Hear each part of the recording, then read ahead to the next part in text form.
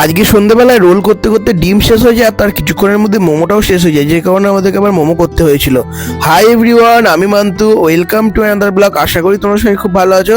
সকাল সকাল চলে এসেছিলাম দোকানে, আর দোকানে এসে দেখি দাদুও বাজার নিয়ে চলে এসেছে বাজার থেকে। হ্যাঁ, দাদু যেহেতু বাড়ি চলে এসেছে মাসির বাড়ি থেকে, তাই দাদু আবার বাজারগুলো করতে শুরু করে দিয়েছে। আর এই গাছগুলো আমি আগের বার শীতের সময় লাগিয়েছিলাম দোকানে, এখন বেশ অনেকটাই বড় হয়ে গেছে, দেখতে বেশ ভালো লাগছে। আর তারপরে এই ফুচকার ঢপটা উপরে তুলে দিই। ফুচকার ঢপটা উপরে তোলা হয়ে গেলে আমি ওই তন্ময় ভাইকে বলি যে ভেজ মোমোর জন্য সয়াবিন গুলো সেদ্ধ করতে। তো এই দেখো তন্ময় ভাই সুন্দরভাবে সয়াবিন গুলো সেদ্ধ করতে শুরু করে দেয়, আর আমি এইদিকে ভেজ মোমো করার জন্য যে সমস্ত আইটেম গুলো লাগবে, সবজিগুলো লাগবে, সেগুলো এক এক করে কাটতে শুরু করে দিই।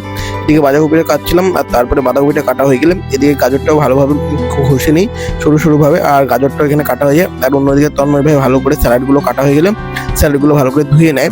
আর আমরা স্যালাডটা কাটার পরে ধুই, কারণ আগে ধোয়া যায় না, সম্ভব হয়ে ওঠে না।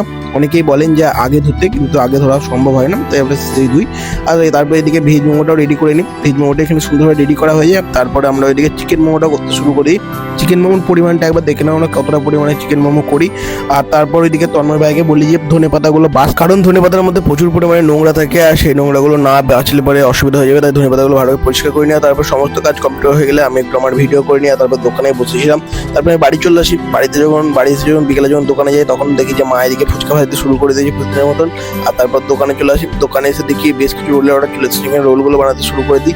তারপর বেশ কিছু ফ্রাই মোমো অর্ডার চলে আসে, ফ্রাই মোমোগুলো বানাতে শুরু করে দিই। আর তারপর আবার কিছু রোলের অর্ডার চলে এসেছিল, সেই রোলগুলোকে সুন্দরভাবে বানিয়ে প্যাক করতে শুরু, স্যালাড টেলার দিয়ে এগুলোকে প্যাক করতে শুরু করি। আর তা করতে ডিম শেষ হয়ে যায়, তাই প্রবীণ দাদুকে বলি ডিম নিয়ে আসতে। এই যে ডিম নিয়ে চলে এসেছে। তারপর ডিমগুলো সুন্দরভাবে সাজিয়ে রেখে দেয়, আর ডিমগুলো সাথে সাথে আরও বেশ কিছু রোলের অর্ডার চলে আসে। সমস্ত রোলগুলোকে আবার রেডি করতে শুরু করে দিই, যে নতুন অর্ডারের যে রোলগুলো এসেছিলাম সেইগুলো রেডি করে কাস্টমারকে দিয়ে দিই। আর তারপর বেশ কিছু দই ফুচকা অর্ডার চলে আসে, সেই দই ফুচকাগুলো বানিয়ে কাস্টমারকে হ্যান্ড ওভার করেছি। তন্ময় ভাইকে বলি যে দিয়ে আসতে, তন্ময় ভাই দিয়ে চলে আসে। আর তারপর মোমোটা শেষ হয়ে গিয়েছিল, তাই জন্য মোমোর মাংস আবার নিয়ে এসে পেঁয়াজ টিয়াজ কেটে মোমোটাও তৈরি করতে শুরু করি। আর দাদু এদিকে মোমোগুলো বেলতে শুরু করে। একদম তাড়াতাড়ির মধ্যে কাজগুলো হচ্ছিল, আর কাস্টমারও দাঁড়িয়েছিল, তাই একদিকে মোমো হচ্ছিল আর একদিকে মোমো স্টিম হচ্ছিল। স্টিম হওয়া মোমো সঙ্গে সঙ্গে তুলে কাস্টমারকে হ্যান্ড ওভার করা হচ্ছিল। তন্ময় ভাই এদিকে মোমোগুলোকে তুলে সুন্দরভাবে কাস্টমারের হাতে তুলে দেয়। যাই হোক, এইভাবে আজকের দিনটা বেশ ভালোই কাটছিল।